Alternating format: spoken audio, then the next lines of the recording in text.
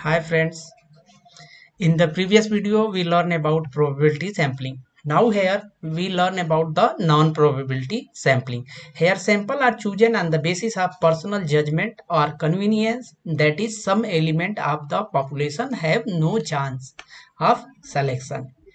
They are sometimes referred to as out of coverage, under covered, or where the probability of selection can't be accurately determined. It involves the selection of elements based on assumptions regarding the population of interest, which forms the criteria for selection. Because the selection of element is non-random, non-probability sampling does not allow the estimation of sampling error. For example, we visit every household in a given street and interview the first person to answer the door in any household with more than one occupant. This is a non-probability sample because some people are more likely to answer the door. Example, an unemployed person who spends most of the time at home is more likely to answer than an employed housemate who might be at work when the interviewers calls, and it's non-practical to calculate these probabilities. What are the core differences between non-probability sample and probability samples? First of all, it is divided in four level. First is sampling frame, sampling error, sampling size, and level of generalization. In non-probability samples, probability the probability of accurate, it means non-probability samples have does not exist a sampling frame, or it may be exist then it may be inaccurate, but in probability samples sampling frames are accurate and up to date. In non-probability samples, sampling error can't be calculated, but in probability samples, it can be calculated. Sampling size in non-probability samples matter of convenience, but in probability samples determined by sampling theory. Non-probability samples are illustrative at the level of generalization, but in probability samples, the level of generalization is representatives. What are the advantages and disadvantages of non-probability sampling? Since in this method, probability of being chosen for all the elements is unknown, thus it is cheaper, however unable to generalize potential for bias. Types of non-probability sampling. It can be further subclassified as convenience sample, judgment, quota, and snowball sampling. First, we see convenience sample. The sampling procedure used to obtain those units or people most conveniently available. Why? Because it is speedy and cost effective. What are the external validity and internal validity? It may be extensively used, and it is ever justified. Yes, because it is not ever justified.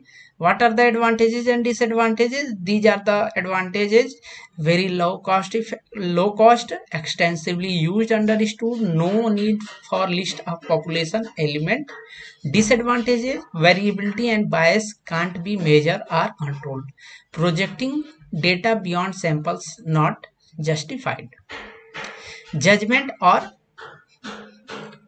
purposive sample.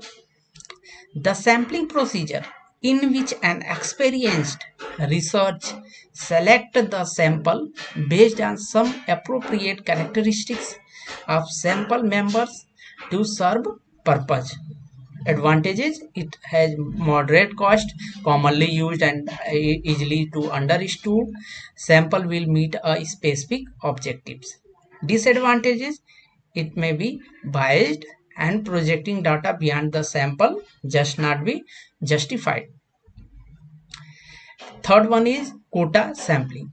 The sampling procedure that ensure that a certain characteristics of a population sample will be represented to the exact extent that the investigator desires.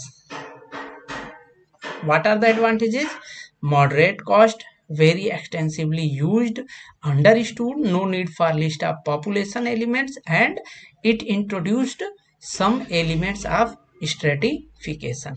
But here some of the disadvantages: it does not classify the subject, and variability and biasness can't be measured or controlled. Projecting data beyond sample not justified. Last one is snowball sampling. The sampling procedure in which the initial respondents are chosen by probability or non-probability methods, and then additional respondents are obtained by information provided by the initial respondents. What are the advantages? Low cost, useful in specific circumstances, useful for locating rare population. What are the disadvantages? Bias, because sampling unit not independent, and projecting data beyond samples not justified. What are the sample design? A sample design is a definite plan for obtaining a sample from a given population. It refers to the technique or the procedure the researcher would adopt in selecting item for the sample. Sample design is determined before data are collected. It is an important parameter for any research. So we see here what are the steps taken in sample design. The researcher must pay attention to the following points. First, type of universe, sampling unit. Third, source list. Fourth, size of sample. Fifth, parameters of interest. Budgetary constraint, sampling procedure. Type of universe. The universe can be finite or infinite. In finite universe, the number of items is certain, but in case of an indefinite universe, the number of items is indefinite. That is, we can't have any idea about the total number of items. For example, the population of a city, the number of workers in a factory are example of finite universe, because here population of the city and number of the workers of factory are fixed, whereas the number of stars in the sky, listeners of a specific radio program, throwing a dice, etc. are the example of infinite universe. Sampling unit. Second, sampling unit for the selecting sample design. Sampling unit may be geographical one, such as state, district, village, etc., or a constructions unit such as house, flat, etc., or it may be social units such as family, club, school, etc., or it may be an individual. Source list. It is also known as sampling frame, from which sample is to be drawn. It should be comprehensive, correct, reliable, and appropriate. It is extremely important for the source list to be as representative of the population as possible. Size of sample. This refers to the number of items to be selected from the universe or constitute a sample. The size of sample should neither be excessively large nor too small. It should be optimum. An optimum sample is one which fulfills the requirement of efficiently representativeness and reliability and flexibility. While deciding the size of sample, researcher must determine the desired precision as also an acceptable confidence level for the estimate. The size of population Variance needs to be considered as in case of larger variance, usually a bigger sample is needed. Types of sample designs. Sample designs are basically are of two types. First one is probability and second is non-probability. What are the elements for the selection technique? Unrestricted sampling and restricted sampling. Representation basis divided into two types of sample, probability and non-probability. Unrestricted sampling represents simple random sampling, but in non-probability sampling, haphazard sampling or convenience sampling. Restricted in probability, complex random such as cluster sampling, systematic sampling and stratified sampling, etc. But in non-probability sampling, restricted samplings are uh, quota sampling, judgment sampling, etc. There are uh, sorry there are uh, many of the researchers are the sample types of sample items for the samples are selected deliberately by the researcher. His choice concerning the item remains supreme. In other words, when non-probability sampling, the organizers of the inquiry purposely choose the particular unit of universe for constituting a sample on the basis that the small mass that they so select out of a huge one will be typically are representative of the whole.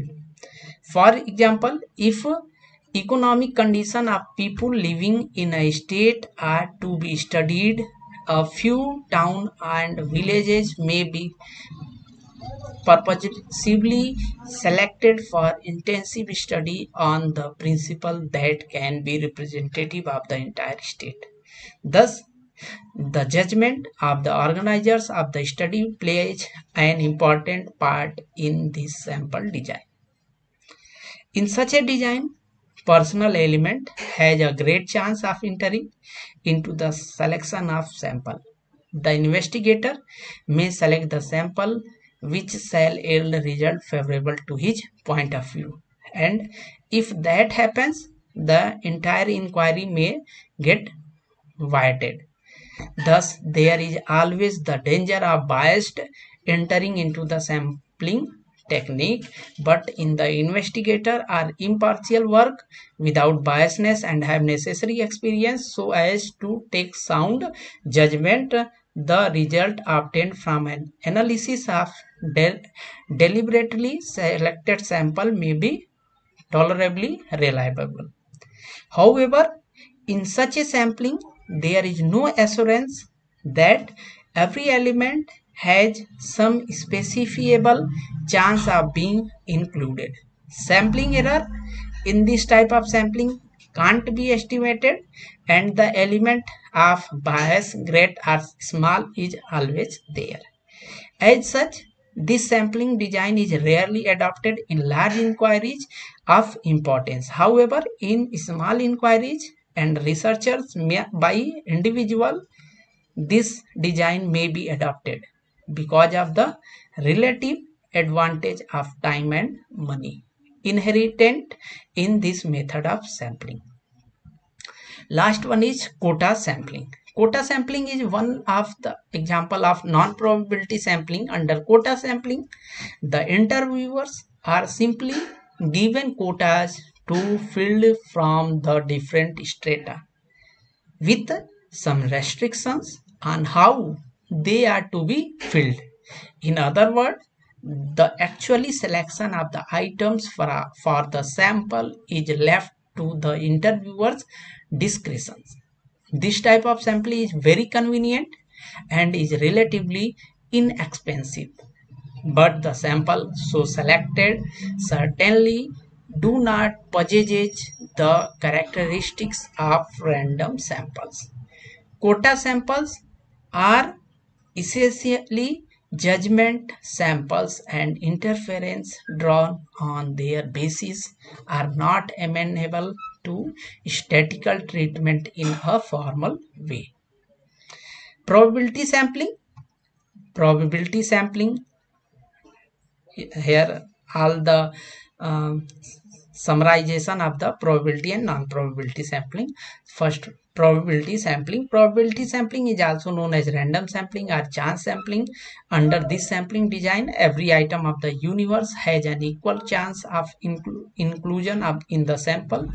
It is so that a lottery method in which individual units are picked up from the whole group, not deliberately but some mechanical process. Here it is blind chance alone that determines whether one item or the other is selected.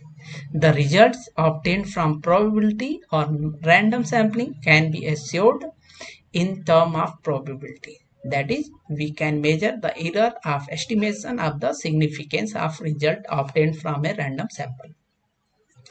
Random sampling ensures the law of statistical regularity, which states that if on an average the sample chosen is a random one, the sample will have the same composition and characteristics as the universe.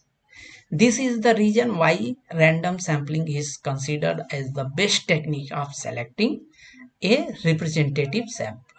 Random selective from a finite population refers to that method of sample selection which gives each possible sample combination an equal probability of being picked up, and each item in the entire population to have an equal chance of being included in the sample. This applies to sampling without replacement, that is, once an item is selected for the sample, it can't appear in the sample again.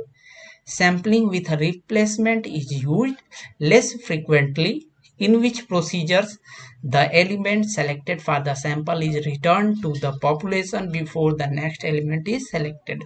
In such a situation, the same element could appear twice in the same sample before the second element is chosen. In brief, the implication of random sampling or simple random samplings are: first one, it gives each element in the population are equal probability of getting into the samples, and all choices in are independent of one another. B, it gives each possible sample combination an equal probability of being chosen.